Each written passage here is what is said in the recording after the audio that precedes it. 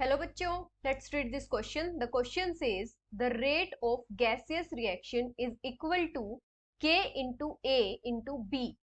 The volume of the reaction vessel containing these gases is suddenly reduced to 1/4 of the initial volume.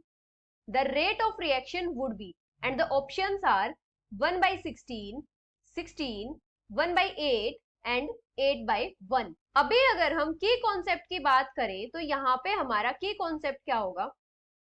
Rate of a reaction क्या होता है?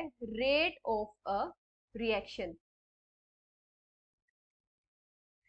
Rate हमारा show करता है कि जो हमारी कंसंट्रेशन है रिएक्टेंट्स और प्रोडक्ट्स की, उनमें टाइम के साथ कितना चेंज आया है. Change in concentration of reactants and products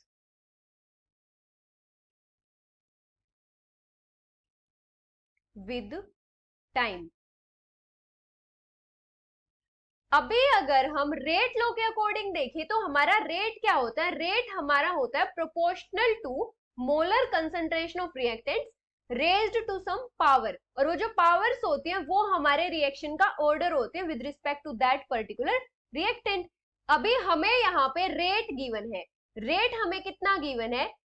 K into A into B. ये हमारी A की कंसंट्रेशन और ये B की कंसंट्रेशन है. अभी यहाँ पे क्या बोला है कि जो हमारा रिएक्शन वेसल है उसकी जो वॉल्यूम है वो 1/4 तक डिक्रीज हो गई है इनिशियल वॉल्यूम के. अभी क्या होता है कि जो हमारी कंसंट्रेशन होती है वो क्या होती है? Number of moles per litre of solution. हम इसको क्या लिख सकते हैं? मोल्स ओवर वॉल्यूम लिख सकते हैं.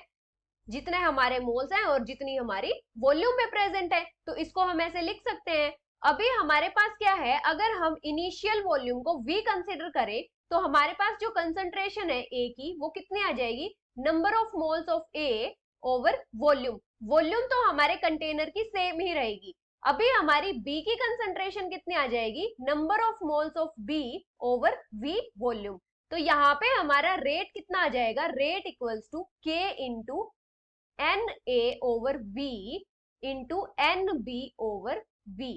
ये हमारा हो जाएगा in terms of volume and moles. अभी यहाँ पे क्या बोल रहा है कि जो हमारी वॉल्यूम है वो डिक्रीज हो गई है, मतलब 1/4 तक वो डिक्रीज हो गई. जो हमारी इनिशियल वॉल्यूम थी उसका 1/4 हो गई है जो हमारी अभी वॉल्यूम आई है. अगर हम जो हमारी वॉल्यूम डिक्रीज होने के बाद आई है, अगर हम उसको V2 कंसिडर करते हैं तो ये हमारी कितनी आई है?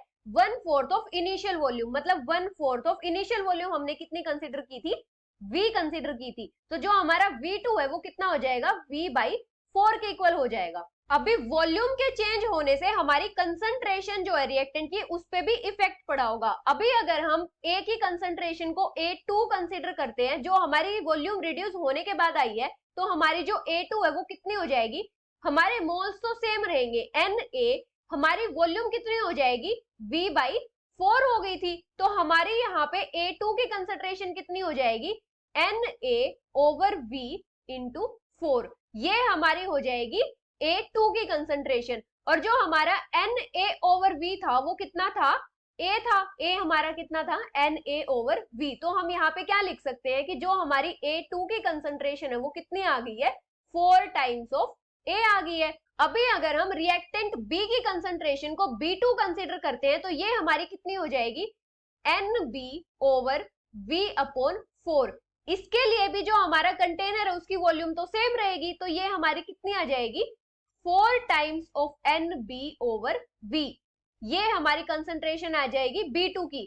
अभी हमारा NB ओवर V कितना था? B की कंसंट्रेशन थी, तो हमारे पास यहाँ पे B2 की कंसंट्रेशन कितनी आ जाएगी? 4 times of concentration of B. अभी यहाँ पे हमारा रेट कितना आ जाएगा? अगर हम जो हमारा वॉल्यूम रिड्यूस होने के बाद रेट आया है उसको R2 कंसिडर करते तो हमारा R2 कितना हो जाएगा? K इंटू हमारी जो वॉल्यूम है रिड्यूस होने के बाद वो कितनी आई है? 4 into Na over V into 4 into NB over V. ये हमारा रेट हो जाएगा. अभी हमारा Na ओवर V कितना है? ए के इक्वल है, तो यहाँ पे हम ए लिख सकते हैं, तो हमारा जो रेट R2 है वो कितना हो जाएगा, K into 4 times of A into 4 times of B. तो यहाँ से हमारा जो रेट है वो कितना आ जाएगा, 4 और इसमें से 4 और इसमें से 4 बाहर आ जाएगा, तो कितना आ जाएगा 16 इंटू के इंटू ए इंटू बी। अभी ये क्या है, ये हमारा इनिशियल रेट है, जो हमारा रेट इनिशियली था। अगर हम इनिशियल रेट को R कंसीडर करते हैं, तो जो हमारा वॉल्यूम रिड्यूस होने के बाद रेट आया है R2, वो कितना हो जाएगा 16 टाइम्स ऑफ R। R हमारा इनिशियल रेट है, तो मतलब क्या हो जाएगा, जो हमारा रेट है वो 16 टाइम्स ज्यादा होगा R से। So the final answer is 16, which is option B. Hope you understood it well. Best of luck.